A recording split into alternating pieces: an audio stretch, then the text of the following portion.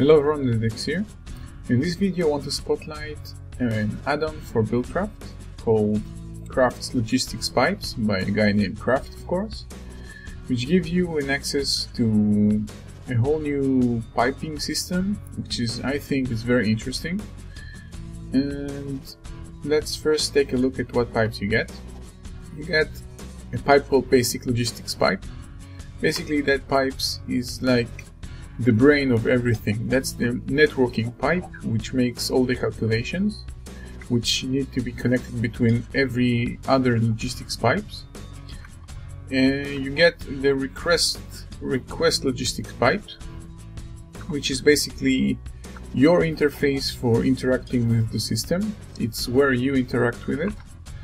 You got the provider logistic pipe, which you will usually connect to an inventory, let's say like this chest here, which knows to extract items from this chest in order to use it for whatever you need to do.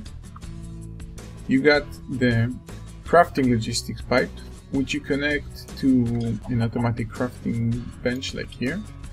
For instance, this bench is creating sticks out of 2 wooden planks. So using the Buildcraft wrench you can interact with the interface, and here this is the way the interface looks. Basically what you tell him, I will give you 2 wooden planks and you will give me back 4 sticks. Or here when I create 4 wooden planks out of wood, again you're telling him that you'll give him 1 wood and you'll give you back 4 wooden planks. And the last pipe is called a satellite pipe.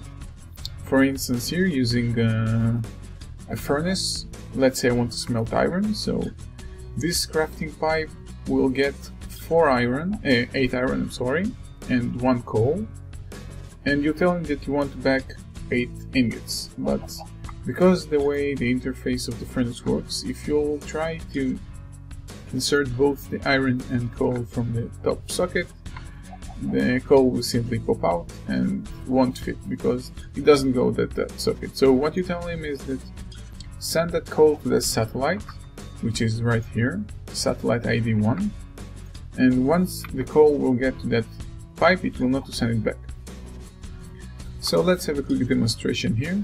These are my crafting benches. I can create up to wooden gear, create a redstone engine, and create a piston. So I think this is the best example of how this works.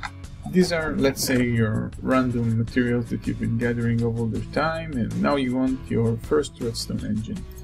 So what you do is hold 1 redstone engine in your hand. Now that's very important because if you hold more, it will create more. And you simply right click the request pipe. What will happen, it will say, as you can see in the bottom left, it says on the chat, request successful, and you can see items started flowing all over the place. Basically what it does, it calculates everything that it needs to do in order to decide how it will create your redstone engine, if it can even. If it can't, you'll get a message saying that not enough materials, and it also will specify which materials you are lacking, which I think is really great. Especially if right here everything is visible, but you might have that chest underground either somewhere, and that cobblestone and that furnace hidden as well, and not everything might be accessible except for that pipe, that access pipe. So let's wait for the furnace to finish smelting, and then you'll see how it ends.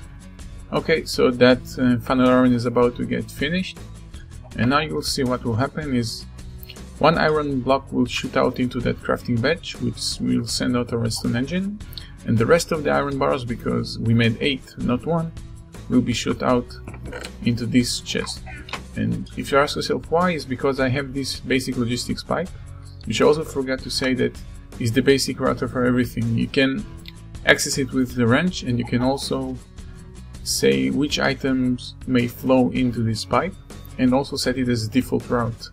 So any item flowing in the system which have nowhere to go will go into this place. This also may be used to make your giant sorting machine. So this is basically it. Now, one thing I found that may be very interesting for you guys is that if you've been watching my previous tutorial, I showed you how to create a diamond factory. And what I think is really neat is here is the system working automatically, of course, creating the diamonds for you with the redstone pipes, pumping into wooden pipes, making everything. But in parallel to that, I also connected everything to logistics pipes as well. So here I have a chest with some of the materials that you need to craft your diamonds. And basically every step. You got gold, iron, clay and cobblestone. And let's say I want, in addition to what's the system making automatically, I have some excess materials and I want a diamond right now. So basically just connect everything to the system, and it doesn't affect the way the system is working automatically anyway, simply working at the same time. And I think that's a really brilliant system, because you might have saved up gold ingots or iron ingots and you need your diamond right now, and you might not want to go through all the hassle of transmuting everything, and that might be a big headache. But using this system, you don't interfere with the automatic function of the system, and you get your diamond that you need right now. I hope you found it useful, and thank you for your time.